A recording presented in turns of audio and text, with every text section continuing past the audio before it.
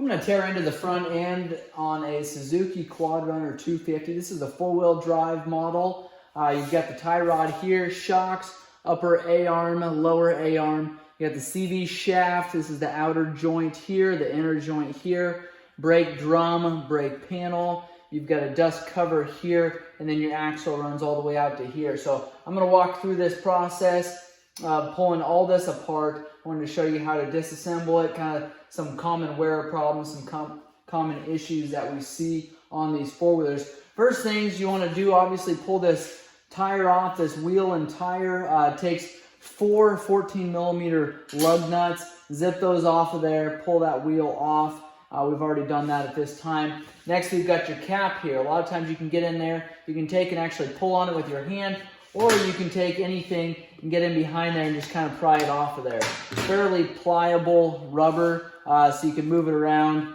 bend it back and forth. You want to take it off. Actually, there's a washer right here, and that's what holds it on. Underneath there, you've got a cotter pin that runs all the way through.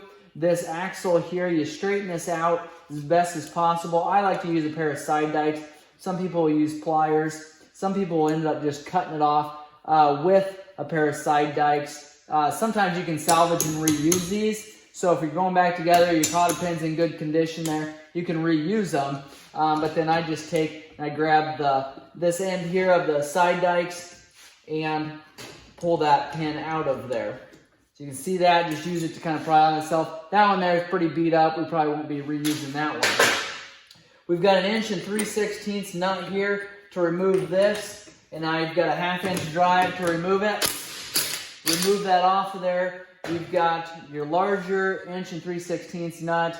You've got a smaller washer there, and then this is the washer that holds that cap on there. So that cap sits inside that groove there of that washer. So we'll set that aside. Next, we've got our brake drum, or this is actually the hub as well underneath of here. So to pull the drum out, you can just take and wiggle it out just like that. Now, if you have pressure on your front master cylinder up, your right-hand lever on the handlebars there, then you're not going to be able to turn this, you're not going to be able to move it, you're not going to be able to pry it off. Some people, what they do is take a hammer and a chisel, pound in behind here, or they take a screwdriver, get in there and pry on it. I want to warn you, be very, very careful. This plate here is easy to bend. You don't want to damage this expensive seal right here. So if you can, just take your fingers, wiggle it back and forth. If your brakes are adjusted correctly, you should be able just to wiggle that right off. The other thing that you can do is take a plastic or rubber mallet there, tap on the axle. Now, that's not actually going to help you pull this brake drum off of there, but sometimes what that'll do is allow you to pull the actual hub off with the brake drum housing. So in this case, we're able just to wiggle that drum off of there. So we'll just wiggle that whole thing, pull that off of there, and then now you've got your brake drum here. Inspect there, make sure that that's in good condition. If you've got lots of grooves and major wear in there, you want to replace this drum. It gives you a dimension here, or what this is supposed to measure, 165.7 millimeters. So you want to measure that and make sure that that's adequate for putting back together there. Now this is your wheel hub here. This is your front wheel hub. You can just take and pull that off, kind of the same thing there. This one, a lot of times you got to take and tap on the axle, and then you got to get in behind here, and basically you just do that so you know that this hub isn't stuck on your axle. And then you can just take and pull that out, kind of the same thing, wiggle it back and forth.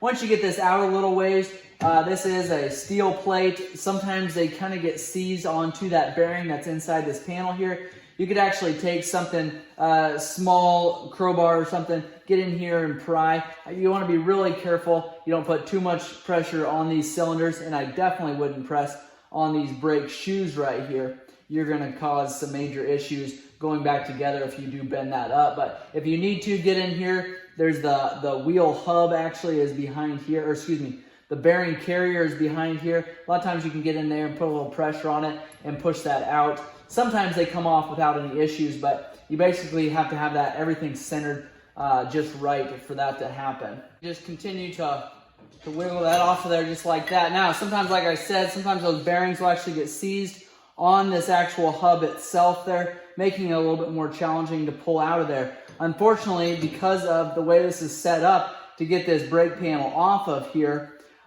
you have to remove this hub to get to the bolts that are in behind here. So you're kind of working against yourself there if you try to remove the entire plate here. The bolts are behind here. You're not going to pull that off. What you could do, if this was seized on there, what you could do is actually remove your upper A-arm bolt here and your lower A-arm bolt here, your tie rod up here, and this entire assembly can come out with your axle.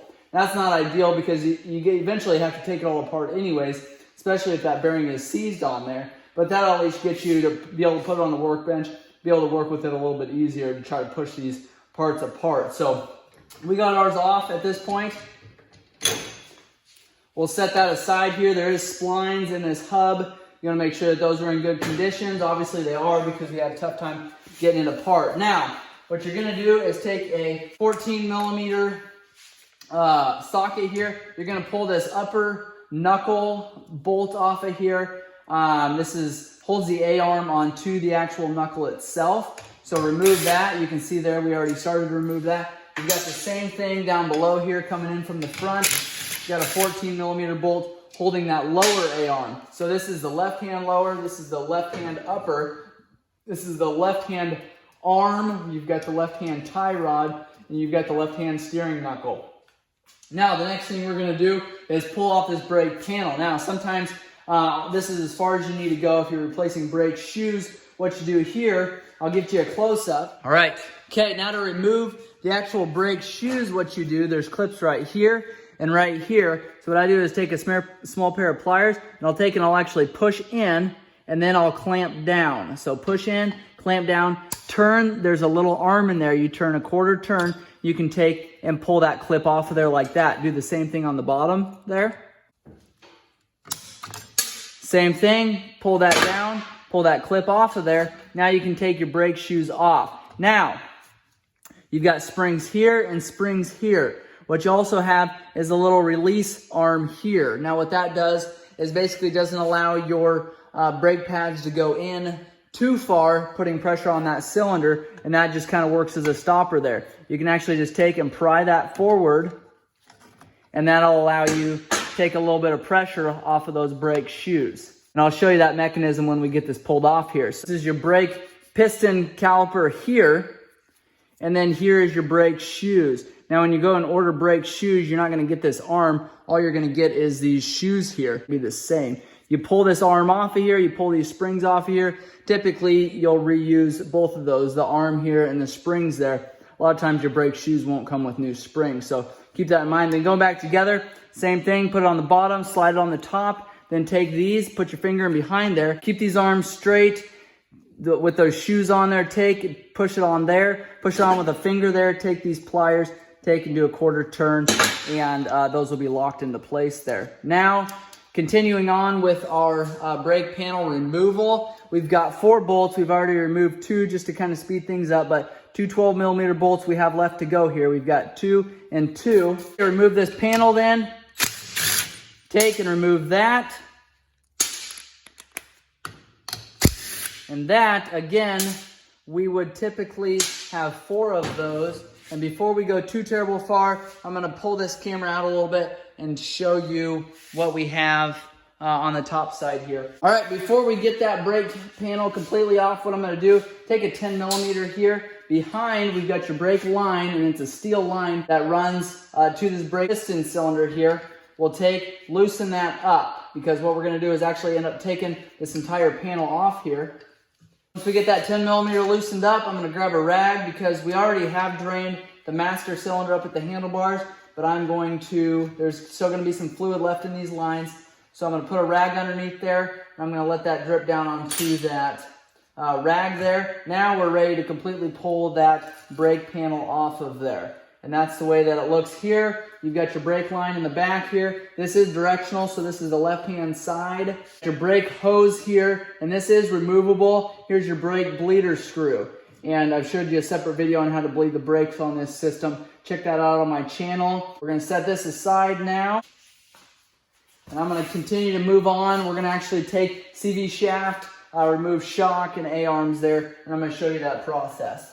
We've already removed upper and lower bolts here for our A-arms. Now what we have is our tie rod bolt here. 14 millimeter again, coming in from the back side. Remove that. And then our tie rod will just be able to pull up and out of there. Slide that off. I like to put my bolts back in here so I keep track of which ones go where. And we've got our arm that can be pulled off, separated from our knuckle itself. We're going to keep it all together, but it's two 14 millimeter bolts up top here. We've got a brake hose that'll come in from the bottom here. There's a mount that is a 10 millimeter that'll hold our brake hose in place. We can just slide that brake hose out of there to get it out of the way, but we still have our mount attached to the actual arm there. So now to get the knuckles pulled off of the A-arms, because the shock is still attached to the four-wheeler, we can just take and tap down on our knuckle here and slide that top one out of that knuckle. All right, we've got that top one slid out. We're gonna move that out and around that A-arm there. And then a lot of times you can just take and pick up on that bottom one and just tap that lower A-arm down there. Now we've got that knuckle slid off of there. That lower A-arm is disconnected, upper A-arm is disconnected. Now we're going to take and remove our upper A-arm from our shock here. 14 millimeter, and then you've got a bolt running through there that'll spin. So we'll hold that bolt there while we remove that nut. Do the same on the top. We'll tap that bolt out of there. A lot of times these bushings down in the bottom side of that shock will hold you up. There's also going to be a little bit of pressure there, so we'll take and tap that down. You can see there, because of the bushings on the A-arm, there's a lot of pressure there, so we'll be able to slide that shock up, slide that out of the way. Now to get our drive shaft out of there, right, I'll grab that axle then, couple pulls, and that axle will slide right out of that differential there. Now you've got splines on the inside, you've got a snap ring that'll actually expand, and that's what holds that axle inside of that differential there.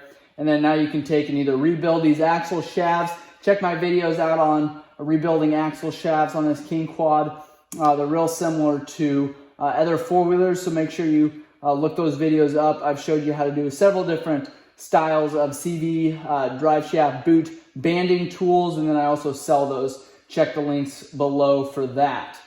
So to get the A-arms off then, remove these 4 14 millimeter bolts and nuts there. And then because of these bushings, the rubber bushings that are in place there, a lot of times you got to take a crowbar and pry these A-arms out of this housing here. A lot of times that's why guys are taking this apart, is to replace those bushings there. There's a rubber bushing that sort of gets hard and welded to the actual frame. Sometimes these actual bolts.